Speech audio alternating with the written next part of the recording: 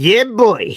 It never ends with the New York Jets. Now they're being accused of something fishy, quote unquote, with their hiring process. Let's talk about it. Boy Green Daily starts now. I'm going to lose my gosh darn bananas. Boy Green Daily starts now. Zoinks!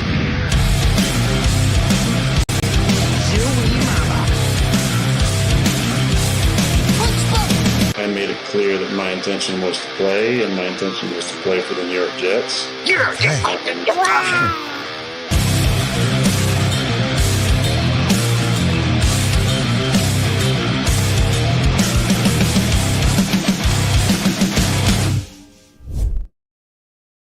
What's going on, everybody? I'm Paul Eston Jr., a.k.a. Boy Green. I'm the New York Jets digital reporter for Heavy.com. Welcome to Boy Green Daily, a daily New York Jets video show, also available wherever you're watching your podcast. If you're joining us live, hit the like button. Also, subscribe. We're getting closer and closer to 7,500 subscribers. Once we reach that point, we'll be giving away a free piece of New York Jets memorabilia, a free piece of autographed New York Jets memorabilia. That'll go to one lucky subscriber. It's free to subscribe to the channel, so make sure you do so. Also, you'll notice I'm wearing the NY Flight Jets Talk hat, supporting my guy Connor, who does New York Jets content creation here on the YouTube universe. And make sure you go check out his merch store. Connor, you know, I don't know what the hell I was doing at 12 or 13, but I'll tell you this, I wasn't doing a friggin' Jets podcast. So good Lord have mercy. He's got a head start on all of us, and eventually he's taking my job. So while I still have my job, make sure you check him out and support the young man.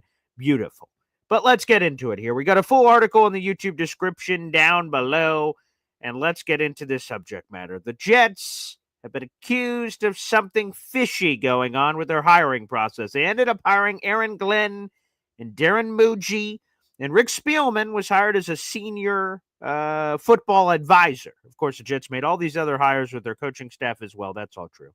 This all came from ESPN's Rich Cimini. He wrote about it on Sunday and also included some additional details in his Flight Deck podcast.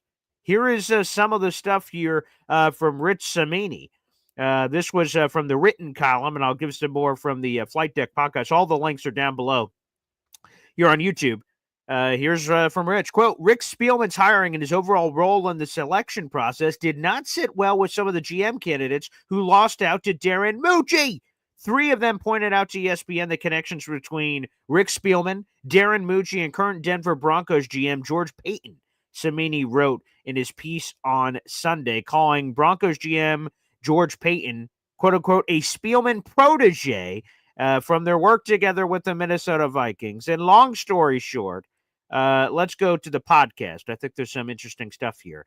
This is Rich. I can tell you that when the Jets hired Rick Spielman as their senior football advisor, within 10 minutes, I got 2 texts from candidates who interviewed for the GM job asking, is this true? Is Rick Spielman really the senior football advisor? Now we all know Rick Spielman participated with Mike Tannenbaum in the interviews for the head coach and GM jobs with the Jets. They did the consulting and vetting of candidates as part of the 33rd team. There were rumblings throughout the process that Spielman might end up with a permanent job. There were even rumors that Mike Tannenbaum could have ended up with a permanent job. So it turns out Spielman is the one who gets the job.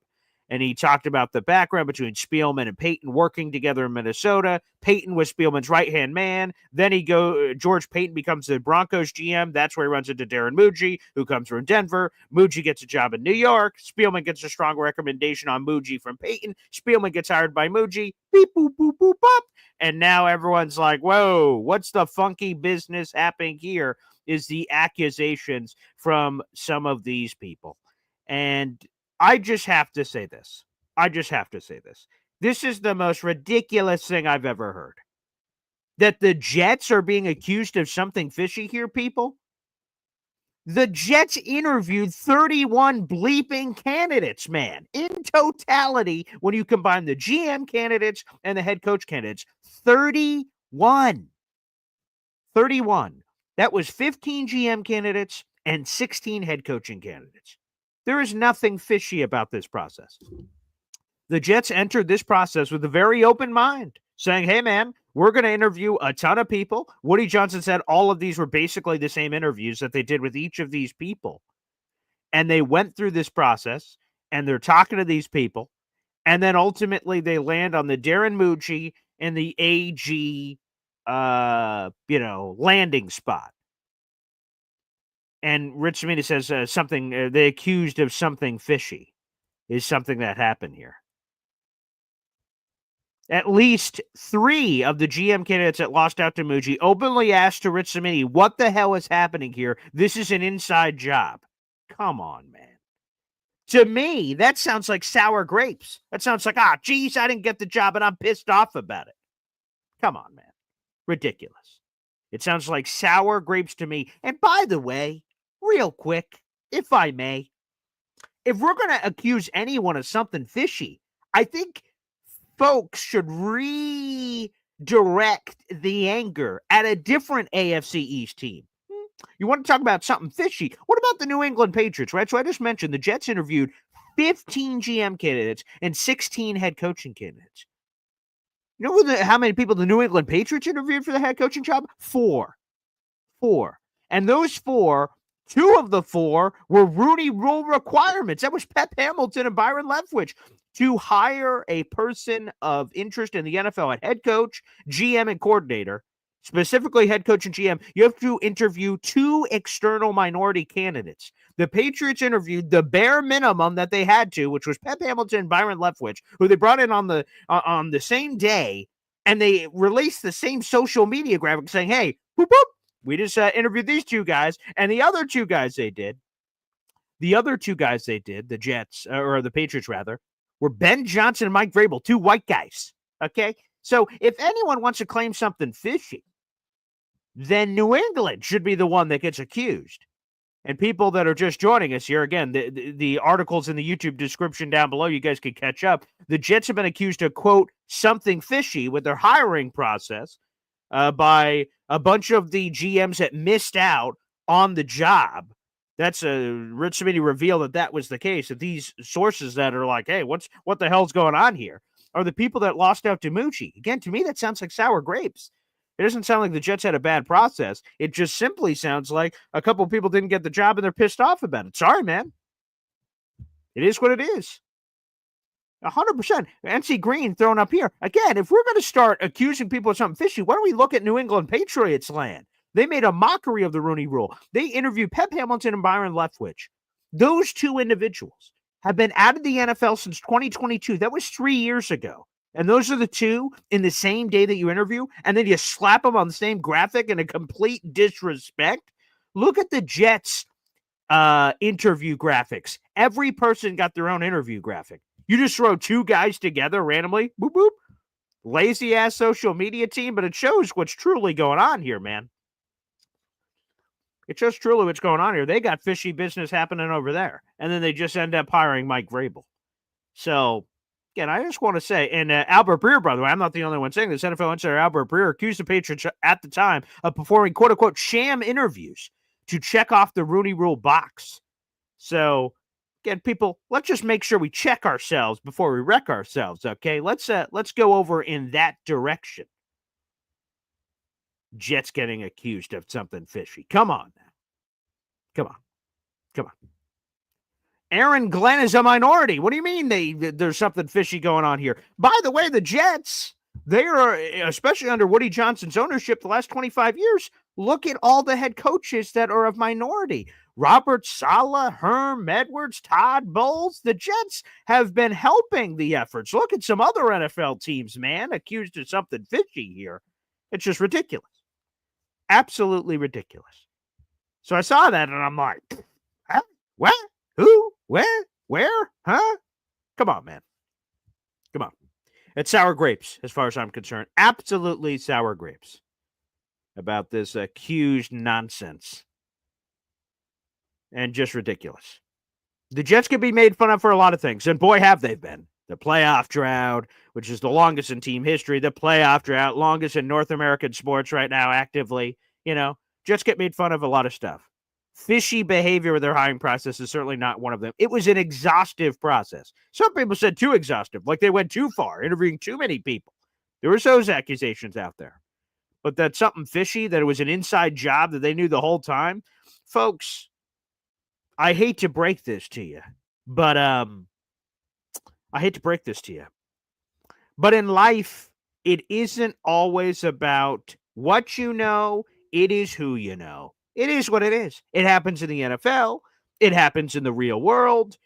Sometimes who you know helps you out.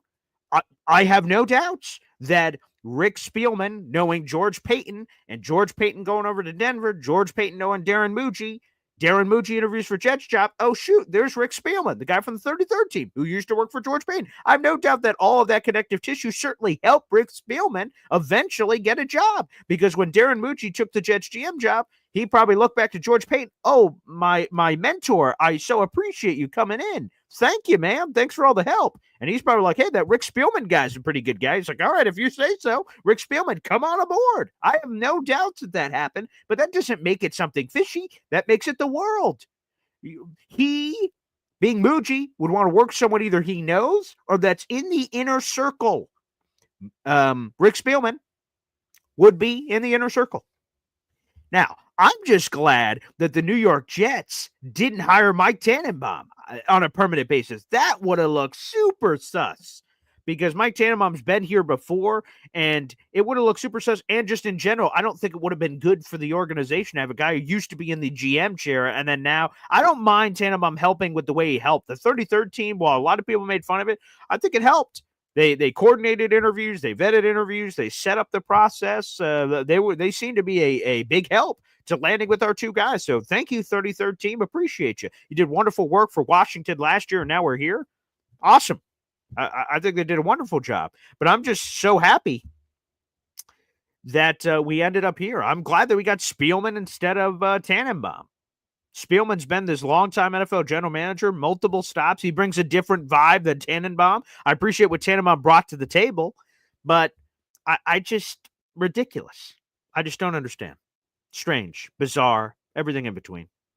So it sucks that this is even a story, because I think it's a ridiculous notion. Absolutely ridiculous.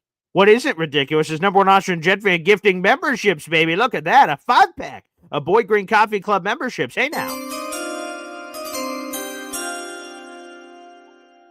Oh yes. Let's play a nice little video too. Let's mix that in there. How about one of these? We have 5 new members to the Boy Green Coffee Club, baby. Let's reveal those 5 new members right here on the program. Okay, shout out to our number one Austrian Jet fan. That is 5 raffle tickets to our contest for the end of the month. We'll be revealing that winner on March 1st, but we'll continue to collect raffle tickets throughout the month of March. Here are the 5 new members of Boy Green Coffee Club. We have Kagrin, James Crow, Matthew C., M. Thorne. 1, 2, 3, 4. Oh, am I missing somebody? 1, 2, 3, 4. Ah, there it is. A Skinny D23 that came in late. All right, so Skinny D23, M. Thorne, Matthew C., James Crow, and Kagrin are all now members to the Boy Green Coffee Club. Shout out to your number one Austrian Jet fan for spreading the love, baby. You absolutely love to see it. Terrific. And again, if you guys would like to buy raffle tickets for our contest, feel free to do so. That is simply purchasing a Boy Green Coffee Club membership. That's in the YouTube description down below. It's only $2.99 a month. It says join the Boy Green Coffee Club here. Click here. It's only $2.99. And if you purchase that Boy Green Coffee Club membership this month, you have a raffle ticket, baby, and you are entered into the contest. So feel free. And what the heck are you competing for? Let's throw that up on the big board as well, baby. Let's throw that up on the big board. That is this beautiful prize pack. Here we go. A signature New York Jets football limited edition collectible. It ships deflated. I already have it here at the house right behind me. It's got Garrett Wilson, Quinnen Williams, Sauce Gardner, Brees Hall, Aaron Rodgers. It's a beautiful football, and it can be great for on display. Personally, I don't want to get rid of it. It looks terrific. We have a Nike Salute to Service New York Jets long sleeve and a custom laser engraving Boy Green Jets logo package, where Jets logos and Boy Green logos are merged together on all these items like a license plate and things of that nature. One lucky raffle winner will get those 3 wonderful prizes. Again, we'll be announcing that winner live on the show on March 1st. We're live every single day at 7:30 in the morning. Make sure that the 400 people that are currently in the room, you like the video and hit subscribe. We're also doing a giveaway for our free subscribers. If you prefer not to pay a dime and you just want to support the show, just subscribe to the channel and help other people subscribe to the channel, because I will be picking someone at random once we reach 7,500 subscribers on YouTube. And giving that away, which I'm very much looking forward to. An autographed piece of New York Jets Jets memorabilia. Come on, autographed for free? Hell yeah, baby. We will do that for you. That's for damn sure. Let's update the leaderboard here. We got number one Austrian Jet fan with 78 raffle tickets so far this month. That is number one, baby. Number one in our contest this month, which is amazing. So beautiful. Thank you, our number one Austrian Jet fan. All right, let's go back to the comment section here. Let's go back. Thank you, our number one Austrian Jet fan. Beautiful here. Hey, another 5. Ed Vargas, baby. Here we bleep and go. All right. Love to see it. Here's what I do know. We're the freaking New York Jets, so we're built for this shit. Straight, AG. Damn straight. All right, let's get those 5 new members for Boy Green Coffee Club. Shout out to Ed Vargas, who just purchased 5 raffle tickets to our contest. We have JV Bronx DPL, R&R, M. Sal KV, Cactus Johnny, Brian Farrell. You guys are all now members to the Boy Green Coffee Club, baby. You love to see it. Ed Vargas, thank you for your support, brother. That is now 10 raffle tickets for you so far this month. Absolutely terrific. Thank you, sir, for your contributions, my good man. Thank you, Ed Bleepin Vargas, baby. Okay, let's keep the comments flowing as well. It is raining from the high heavens, as our number one Austrian Jet fan says, so keep them coming, baby. I feel like this could be another big show as it pertains to the raffle tickets. We'll be opening up our phone lines here in just a few minutes on the program. But just to put a bow on this puppy, and yes, as Austrian Jet fan says, smash the like button, baby. If you're watching on YouTube, go ahead, hit the like button. Come on, support the show. That's a free way to contribute.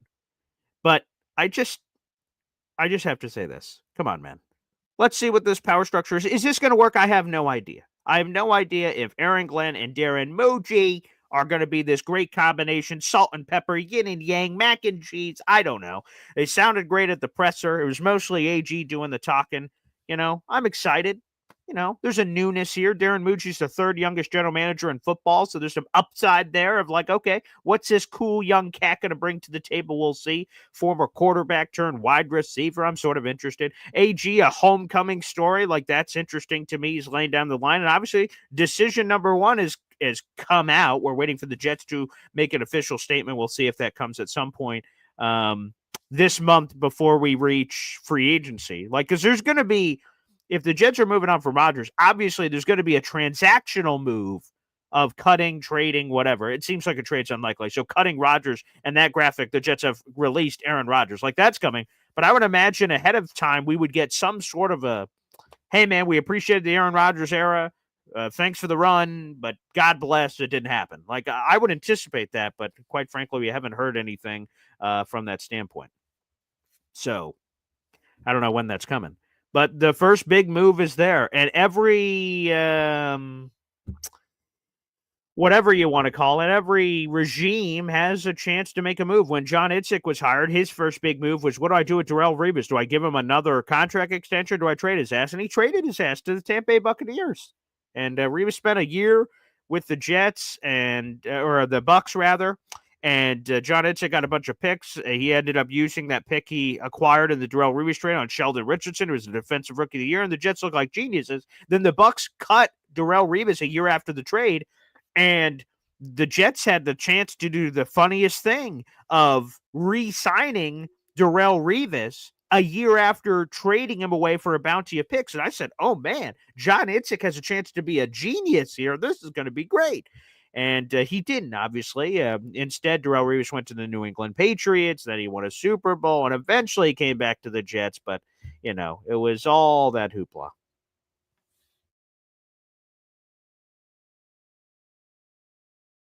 Here on your comments here. I have Zoink Nation coming in here. What is the benefit of cutting Rodgers? If it costs more against the cap to cut him, do we save against the cap in 2026? So, yeah, let me just explain this in layman's terms, okay? Whether the Jets cut Aaron Rodgers or he retires, it's the same cap ramifications. The difference is if they designate Aaron Rodgers a post-June 1 cut or they just straight up cut him.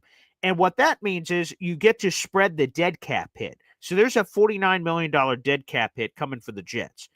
If they designate it post-June 1, you're allowed 2 of those such designations in a given offseason. The Jets could split the hurt, quote unquote. some this year, some next year, and thus that would give the Jets a little bit more flexibility now, but eventually you got to pay the Pied Piper. That's coming next year.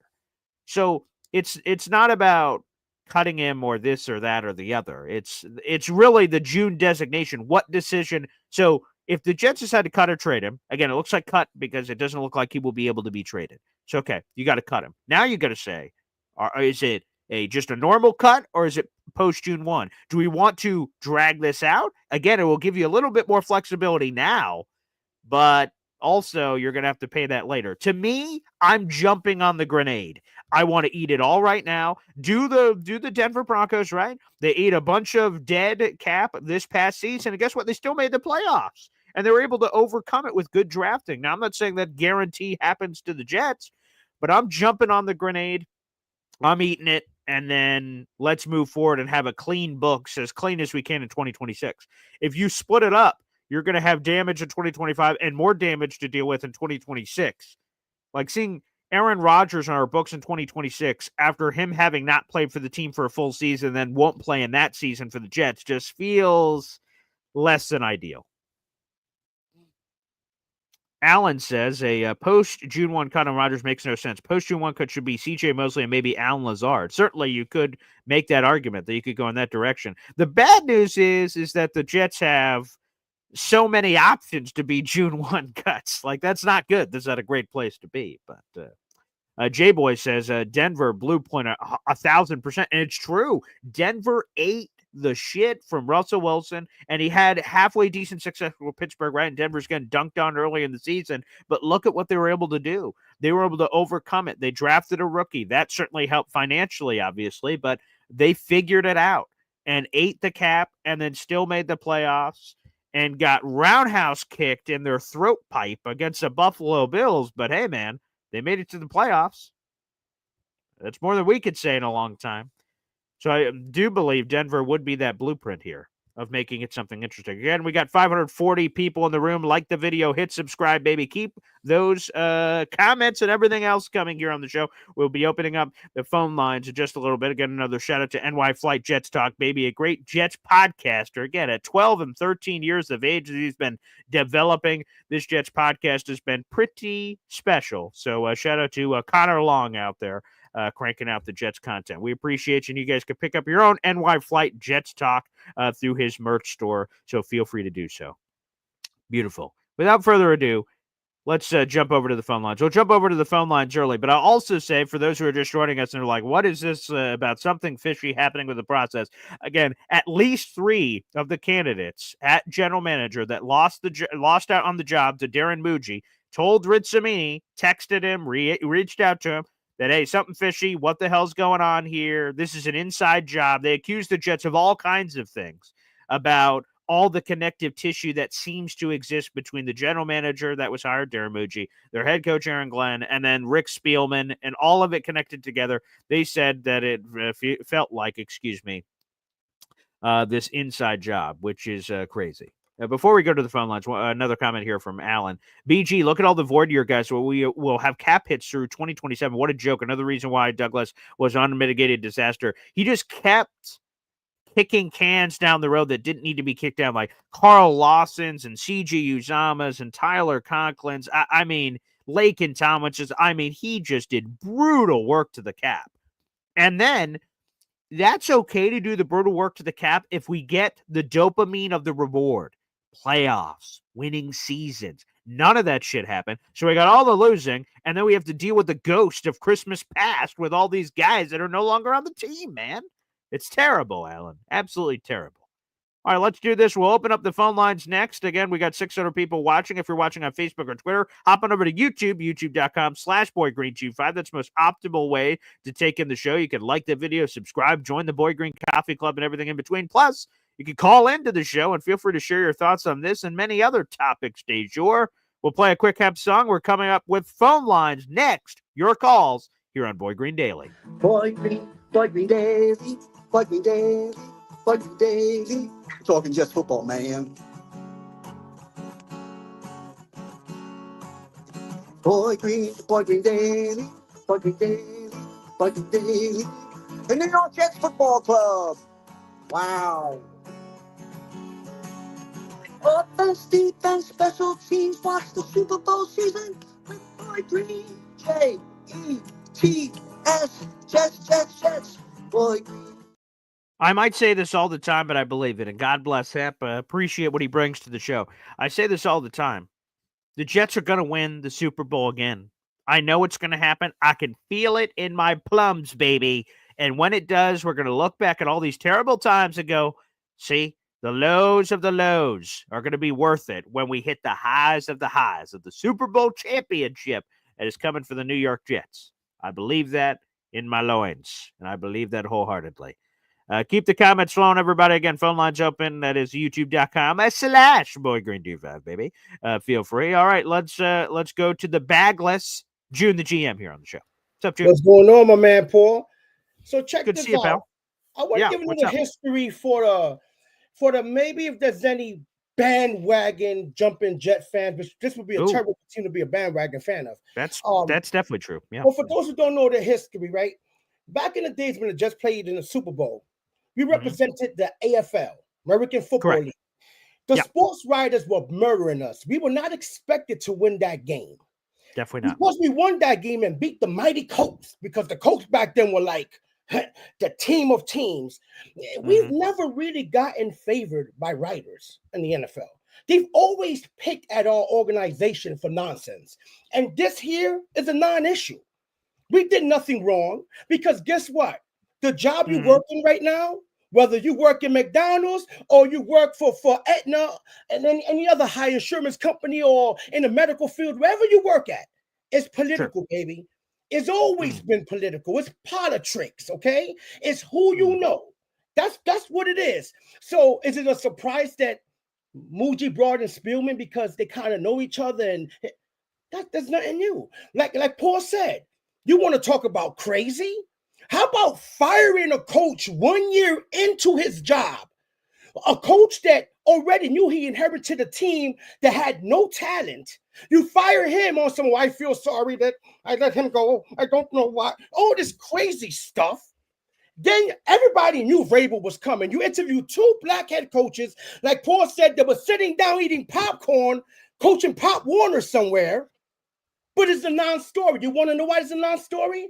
Because nobody else, the writers and everybody who runs the NFL has no problem with the Patriots. They're the golden boys, just like other teams, like the Steelers in the past. They could do no wrong. But when it comes to the Jets, they like to magnify every single thing we do. They're going to magnify it and make it wrong. So it is what it is. They can kiss our asses. They don't like how it went down. I can care less. We're trying to win trophies, man. I don't care.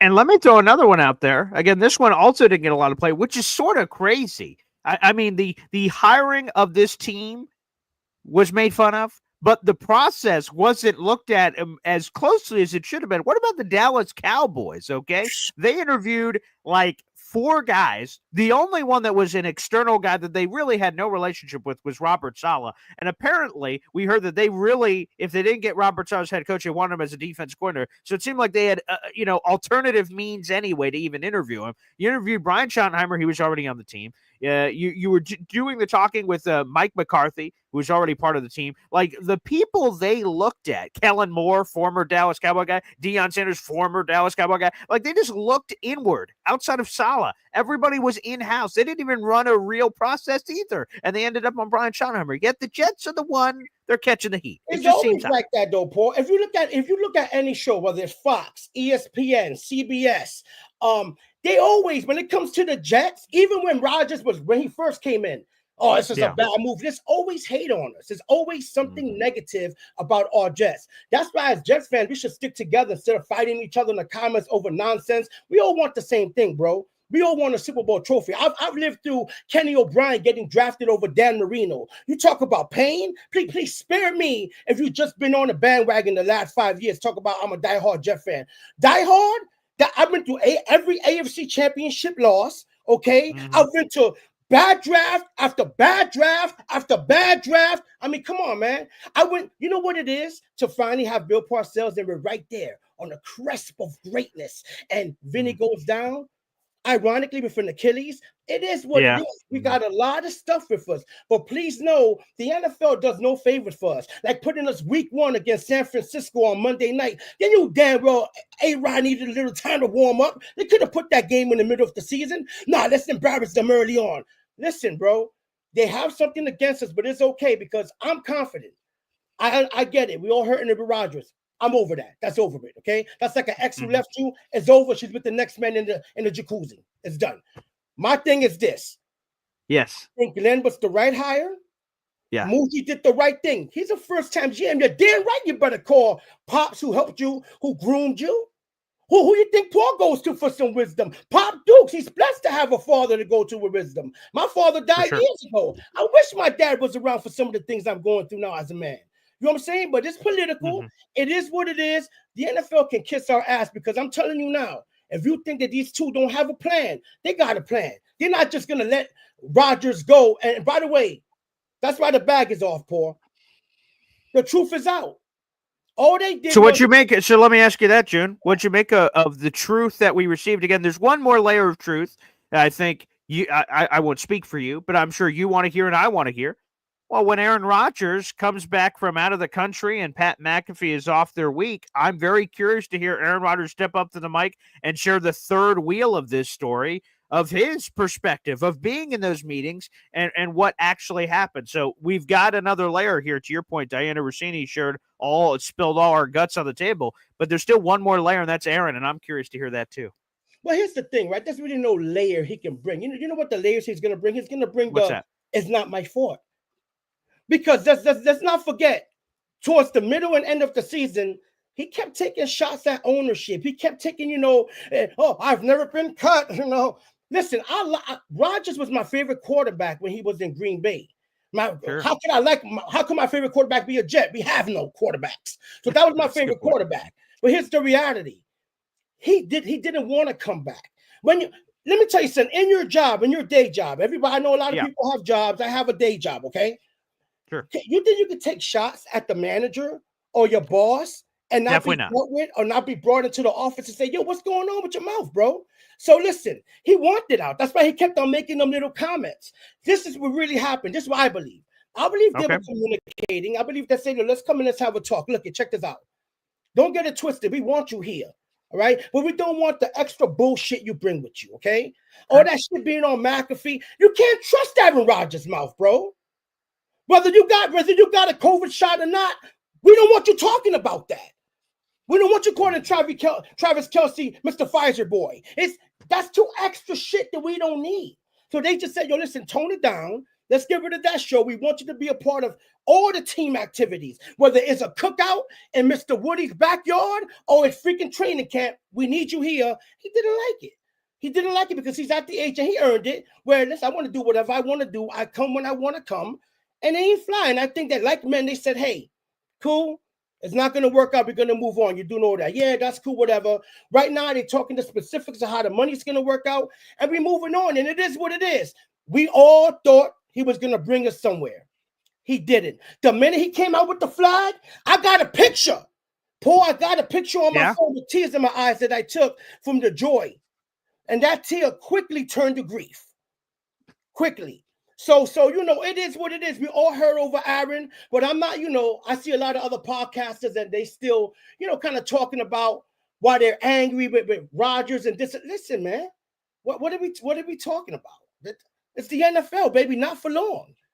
Yeah. Shit ain't working out. You got to kick rocks. Now we got to get behind the new regime. As fans come together, we all want the same thing. It's not to be fighting in the comments because it's absolutely ridiculous. Cursing each other, you don't know this and that. Why do you think my name is June the GM? Because everybody in reality wants to be a GM. Why we do fantasy football? You think you're the GM. You think you're the man, make you move. That's why it's June the GM. We all got a little GM in us. But I'm confident with this regime. I like the fact that, hey, it's not working out. Cut the cord now. And let's get moving, man. Let's go forward, man. It's time. Okay. I love it. June, thanks for the call, brother. Appreciate that. Yeah, I will still, again, I know a lot of people won't. I've talked about this throughout the week, and I'm sure we'll get at least one more Rodgers topic is when, more than that, I suppose. I'm being naive. There's going to be the one when the Jets make the announcement, whenever that is, at least. There's going to be that conversation, obviously. And then there's going to be if Aaron lands on a new team. Whoa, what's this or that? I'm actually working on a piece right now. Apparently, a new betting favorite has emerged in the Aaron Rodgers sweepstakes of someone that apparently is a betting favorite to do it. We'll maybe talk about that at a different time. I'm halfway done with that article. That'll come out at some point today on Heavy on Jets. But where he lands, what he does, I'm sure there will be, again, just like the Brett Favre thing, right? He leaves us and goes to the Vikings and has that success. We're basically talking about it all year long. So, yeah, there's more to come. There's more to come on all that. There's more to come on the Aaron Rodgers story. But I will remember the flag on the. Oh man, I remember I was just in the living room right over there when Aaron Rodgers the flag, and I'm like, holy freaking crap! I could feel the energy. I wish I would have been there. That would have been amazing. I guess ultimately not. Although it was cool. I would end it with the Xavier Gibson return touchdown in overtime. But the energy just felt palpable. We all thought that we could win the Super Bowl and turn it around and everything else. It's just, it's something I'll think about forever. Yeah, there's extracurricular activity. Arthur Sochka here is talking about it. Antics with Rodgers wanting his fence around to throw the ball to him. One of the guys. Hey, I just want to reiterate all of this. I just want to reiterate it all.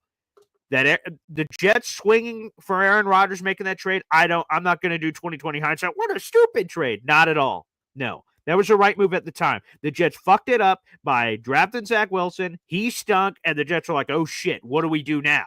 Well, we got to find another solution. Well, I guess we're going to try Aaron Rodgers. And you traded for him, and it didn't work out. So I don't go hindsight on it. It is what it is. It did not work out. Now you got to swing again. That's the key.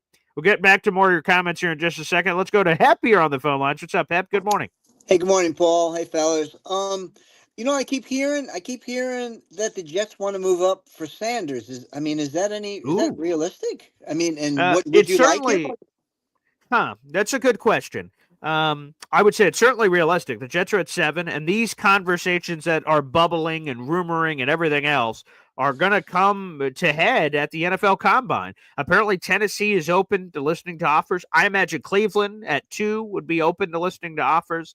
Giants, I think they're probably stuck. I think they're taking one of the quarterbacks. I'd be surprised if they didn't at 3. And New England, forget about it. I'm not trading with New England, and they're not trading with us. So, forget them. So your choices are 1, 2, and then if you really get some sliding action, then it's 5, Jacksonville, because I think Vegas would take the other quarterback that's there. So if you're going to trade up, your last resort is 5 with Jacksonville, jumping up there and leapfrogging Las Vegas, blocking them from whatever quarterback that is.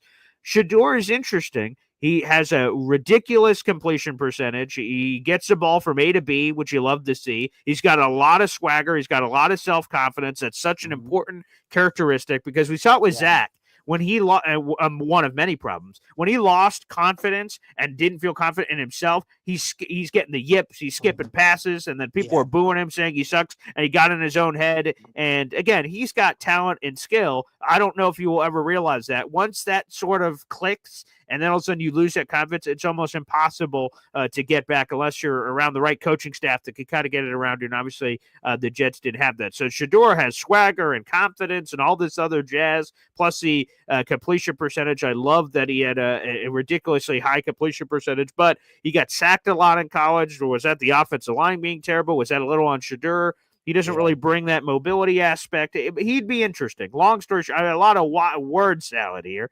It'd be intriguing. Come on, if we trade up for a franchise quarterback that we hope is a franchise quarterback, that's exciting. That's exhilarating. That's we finally got our guy here. So I'm open to it. We'll see if the Jets, how high they need to trade up. I think it's hard for me to envision Shedeur still being on the board at 7, but crazy shit happens in the draft every year. But it's how high they want to trade up. Like I said, I think 5 is that sweet spot where you don't have to give up a cajillion first-round picks and that you can you could give up a fine price, but you jump in front of Vegas and still get him. So it's sort of interesting. It'll definitely be talked about as we get through February, the Combine, and the draft. Yeah. Well, here's the question: Will he want to play here? Will his dad let him play here? We have an Eli thing, right? Does dad say, "Oh hell no"? I've seen Sam Darnold's and Zach Wilson's and Geno Smith's. F that, right? Do they pull something like that? Oh boy, that would be. That'd be wild. And especially, so the Eli, Phillip Rivers, all that jazz, at least there was a lot of really good quarterbacks. Big Ben was in that draft. Phillip Rivers was in that draft. Eli Manning. So the Chargers were cool with all the trade pick swaps. He refused to play. They get Phillip Rivers, and Phillip was awesome for them, even though he didn't win the Super Bowl. Like this year, Shedeur, I would imagine Cam Ward goes first, and Shedor's the second. If Shedeur says, yeah, F that, I'm not playing for you. Well, the Jets don't have a door number 3 unless they love one of these mid-round quarterbacks. So that would be a lot more complicated. Where does that go? But I will say this, Hep. There was a lot of bullshit. So Cincinnati had the first overall pick a bunch of years ago, and we heard rumors Joe Burrow ain't playing for the Bengals. The Bengals suck. He's going to refuse to play for them. He's going to demand a trade or anything.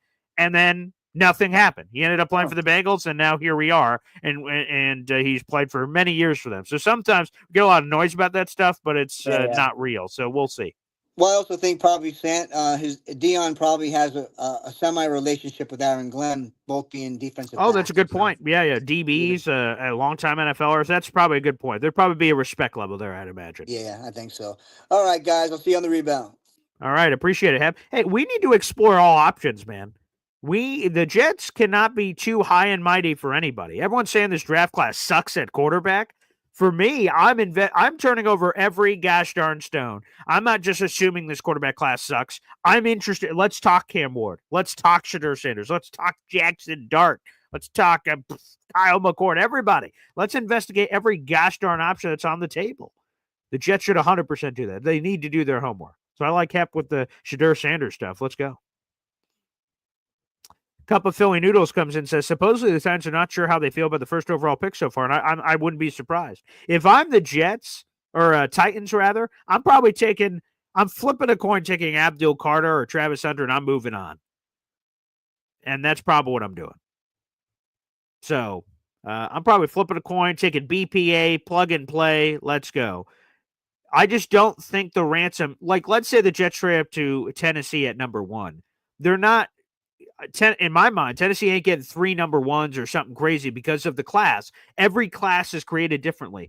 There have been some drafts in the past where you jump up from 6 to 1 or 3 to 1 or this, so you're paying this price. But that's not a price that we can always compare from year to year.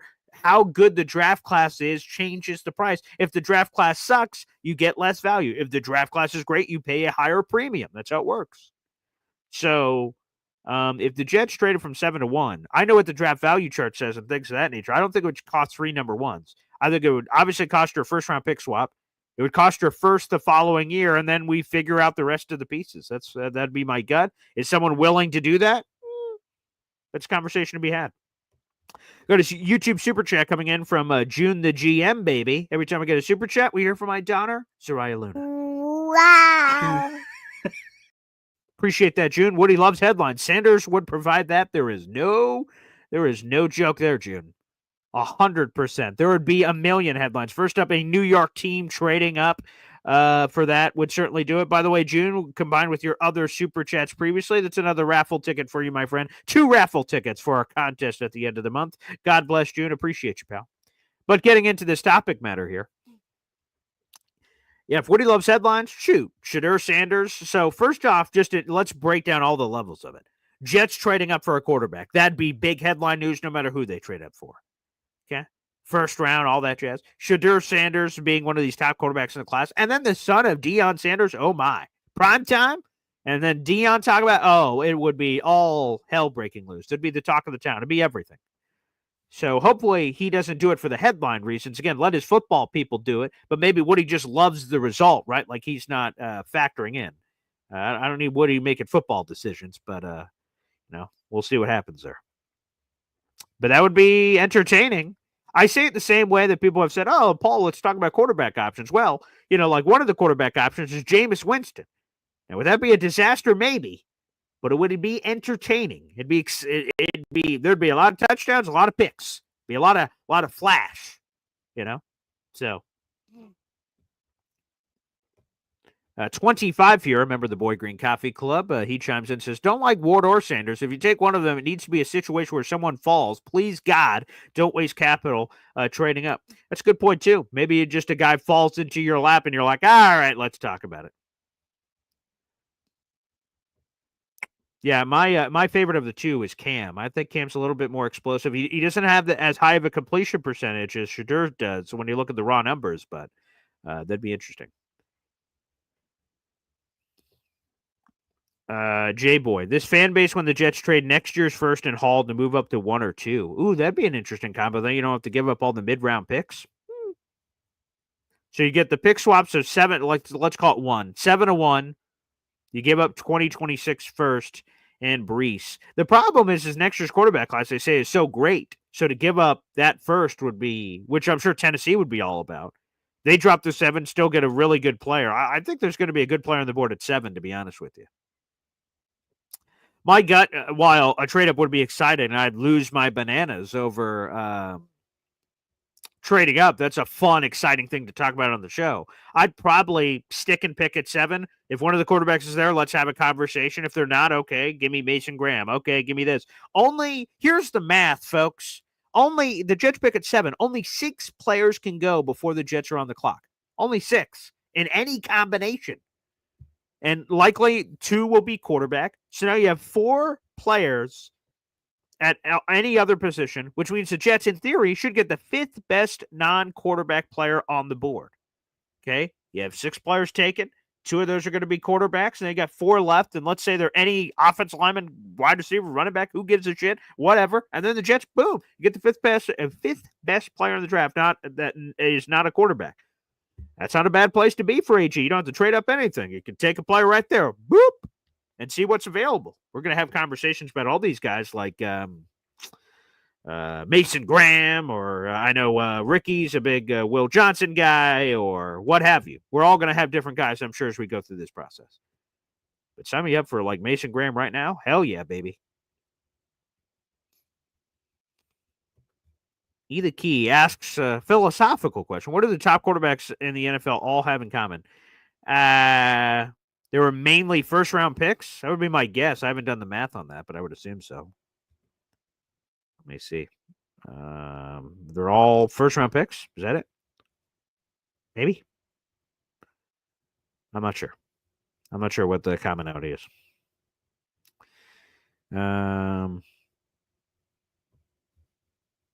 TB, another member of the Boy Green Coffee Club, said, I'm tired of everyone trying to trade away Brees. That's stupid. Our other running backs are completely unproven. It's true. We've got all excited about Braylon Allen and Isaiah Davis, and they've looked fine in spot duty, but like it's not like they ran for 200 yards or something.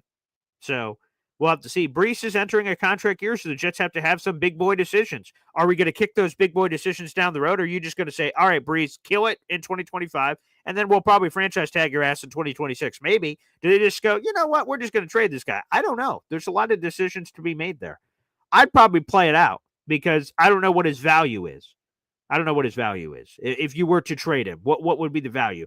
If it's a third-round pick, kick rocks. I don't give a shit about a third-round pick for just Brees. Now, if it's a 2 and change, you get back your initial investment and some change for Brees. Okay, let's talk. Let's chat about it. Because then you can make a different decision. But outside of that, I don't think I'm in the market. 25 says, I'd prefer the Jets go quarterback around 4 or 5. Will Howard or Kyle McCord. Sign me the hell up. Obviously, we had Dom C earlier this week. He had the Will Howard round 3, Will Howard selection. Kyle McCord, I just heard, who was that? Connor Rodgers, maybe? I think Connor's the one who said of the 3 quarterbacks were like the next big 3, the holy trinity, as Joe Caporoso calls them, are going to go in like 3rd, 4th, 5th. I think he had Kyle McCord in the 4th or 5th. I can't remember. But, yeah, hey, again, I say take a quarterback every year. That's how I feel about it. Infrared Jet says, I will always root for our beloved Jets, but I will never have us set at 11 wins again, unfortunately. I will definitely get back there one day, but right now we have no idea who our starting quarterback is. So we've got things to work through. this offseason. We got 700 people in the room. Make sure you guys like the video, hit subscribe. Let me see what our subscriber count is up to right now at this very moment in time. Let's see. Let me see here. What are we at? I could check that number live. We are buffering. Okay, this is wildly entertaining. Thought this was going to be quicker. That was not quick at all. Let's see. Yep. I guess YouTube will not be working with us today here. Either way, right at the start of business, we were about 103 subscribers away. We'll see if YouTube ever loads here. From 7,500 subs. And once we reach that point, we'll be giving away a piece of autographed New York Jets memorabilia for free. That subscriber will be picked at random, and we'll just I'll find out whoever that subscriber is, and I'll reach out and announce it on the show, and we'll go. And every mile marker we get to, again, here's my goal. I'm trying to get to 10,000 subscribers on YouTube, but every time we reach a milestone, like 7,500, 8,000, 8,500, 9,000, we're going to be giving away a lot of cool shit. I want to give back to the fans, and I want to get to 10,000, and that'll get in front of more Jet fans. So right before the show, we're like 103 subscribers away from 7,500. So yeah, baby, make sure you hit that subscribe button. We have a show every single day. All right, we're 102 away. YouTube just finally loaded. So we're 102 away, baby. 102 away, and we've got 700 people in the room right now. So let's do the math. Let's make it happen, baby. Again, 102 away from 7,500 subscribers. Let's go to J-Boy here. If you think the Jets are about to pay Hall over Sauce, Garrett Wilson, Jermaine Johnson, come on now. I don't think it has to be like in the order. Because I'd be surprised if AG paid Brees ahead of time like this offseason. So Brees has one more year left in his deal. I would be shocked if Brees Hall gets a contract extension this offseason. It is what it is. It sucks for Brees, but it's a running back position. Teams can slow play it out. So I'd be surprised. I'd be surprised if Jermaine Johnson gets a deal this offseason. He's coming off a blown out Achilles. So that's not going to happen. And then we talk about the Garrett Wilson and Sauce Gardner conversation. Now, I thought for sure the Jets should pay Garrett Wilson this offseason, but Jeremy Fowler, ESPN NFL Insider, told me there's not a lot of precedent for paying a receiver after his third year. Rather, their fourth year is when those deals come. So he was like, I don't know if the Jets do it, and I don't know if Garrett Wilson should do it. He should try to maximize his value. And then we go to Sauce, who's coming off his worst year as a pro. Would he be willing to extend? So the Jets can speak to all of these people that J-Boy just said. They are allowed to talk contract extensions officially now that these players have completed their third seasons. But will the Jets?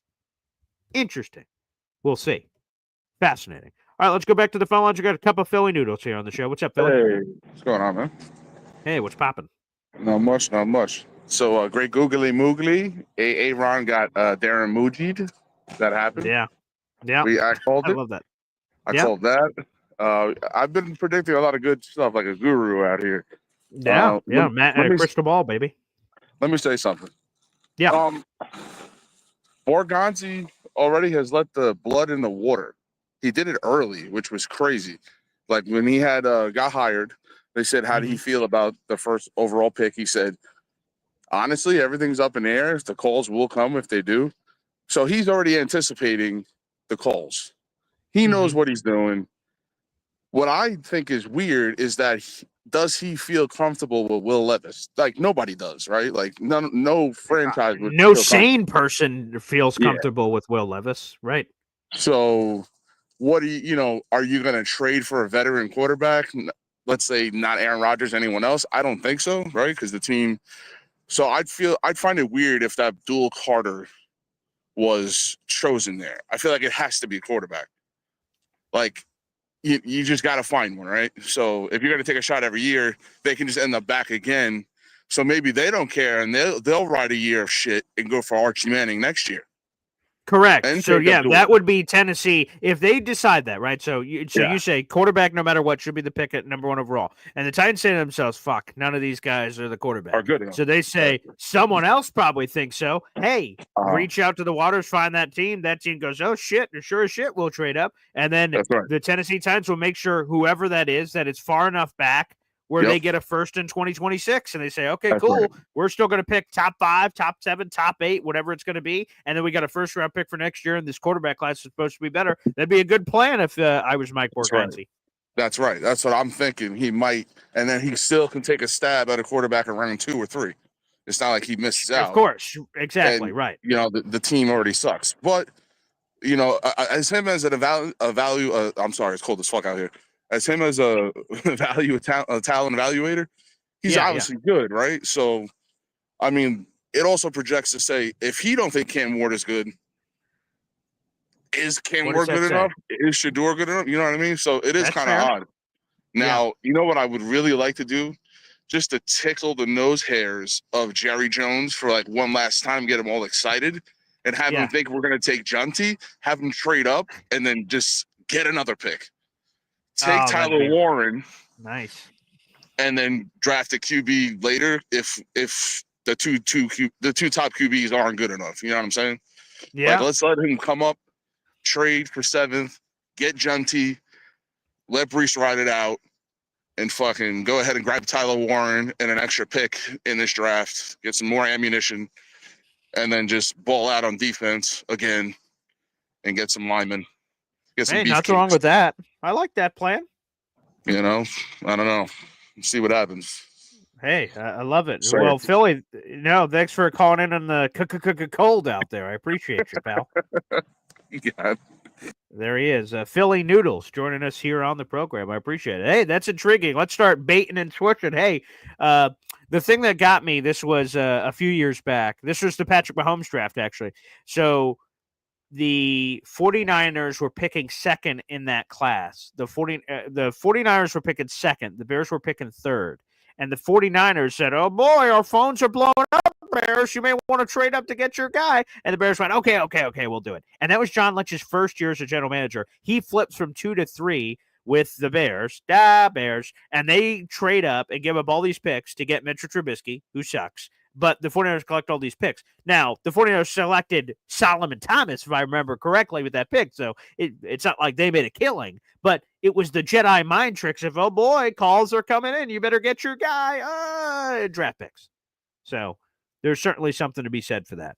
Well, everybody, we're actually going to end the show early today. I got to run to the radio station. I'm hosting solo today. Actually, I'll get one more call in. I see a caller's coming in, so we will get to that caller. But I will be ending the show early because heading over to the radio station, hosting solo. So if you guys would like, we're going to have that. I'll put that up on the YouTube channel as a bonus content for Boy Green Coffee Club members. I'm going to have Scott Mason of Play Like a Jet. He's going to be joining me off the top of my radio show, talking New York Jets, Aaron Rodgers, everything else, in about an hour and a half. That'll be at 10 a.m., the Score 1260. But if you can't tune into that live, like I said, I should be putting it up on YouTube as an exclusive members-only video that should be coming in as well. So you guys should be able to see that from Scott Mason, Play Like a Jet. Let's get one more call in. It'll be NY Jets FL wrapping up the show. What's up, NY Jets FL, a.k.a. Ted? Oh, no. It's the Wi-Fi situation. Ted? Okay, let's try. Ted is trying to call in on a separate line. It's kind of like what happens at the radio station. Okay, let me go to Ted number 2. Ted! Just a spinning circle. I'm so sorry, guys. We're not getting Ted. Well, I appreciate the effort, Ted. I'm sorry for your Wi-Fi situation not working. But like I said, thank you, everybody, for tuning in. Appreciate it. Make sure you guys like the video, hit subscribe. Again, we got 800 people in the room. Again, a bonus show should be coming with Scott Mason, Play Like a Jet. Again, that's going to be on my radio show at 10 a.m., so you guys can listen to that live. That's the Score 1260, score1260.com, and for free on the Score 1260 app. If you don't get the chance to listen to that live, we'll be putting it up on YouTube. I'll attempt to do that as a Boy Green Coffee Club exclusive member-only video. So if you guys would like to see that, you just got to join the Boy Green Coffee Club. Again, we'll be putting that up later today. Thanks, everybody, for tuning in, and we will see you tomorrow morning for Boy Green Daily. Actually, what's today? Is today Thursday? Oh, yeah, we got Boy Green Meets Woody today. I always lose track of days. So we'll see you back at 3 o'clock for Boy Green Meets Woody. Got a fun show. Thanks, everybody. We'll see you. Take care.